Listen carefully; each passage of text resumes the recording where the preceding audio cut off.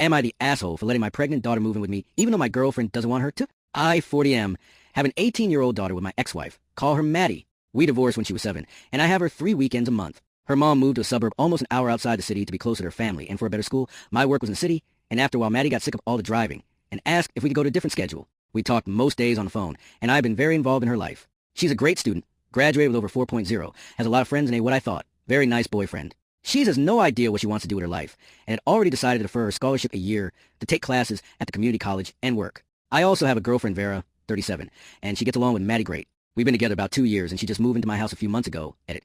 Her told roommate got married, and she couldn't afford rent alone.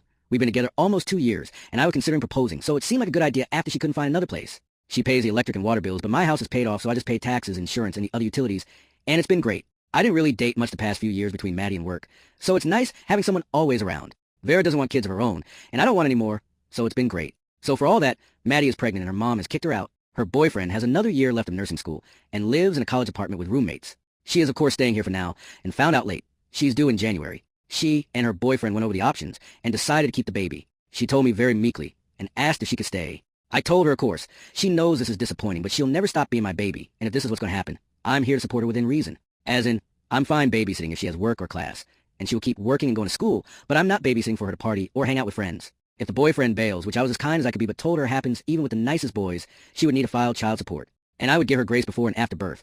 But when she's recovered, she will go back to doing chores on top of baby ones. I told her and the boyfriend to sleep on it, and they did and came back with actual thoughtful responses, and even a budget goal that I found impressive. So, the tiny bedroom next to Maddie's that is currently home to a treadmill I never use is going to be a nursery. Of course, I've kept Vera in the loop during all of this. Edit. And by this, I mean I don't know how many different ways I need to put this, so it gets through people's heads. Vera and I discussed all of this before I talked to kids. In depth, I made her very aware that the three of them could end up living here for a few years. She was supportive. I kept her in the loop. When them living here became the plan, she gave me an ultimatum and told me to kick my daughter out BC. She's an adult. I told her I wouldn't do that. She is still here making everyone uncomfortable, and she seemed really understanding until I told her the plan. She got upset and said if she wanted to raise a baby, she'd have one of her own. She said she didn't sign up for this and is not okay with it, and demanded I rescind the offer, that Maddie is 18 and needs to figure out on her own if she wants to keep the baby.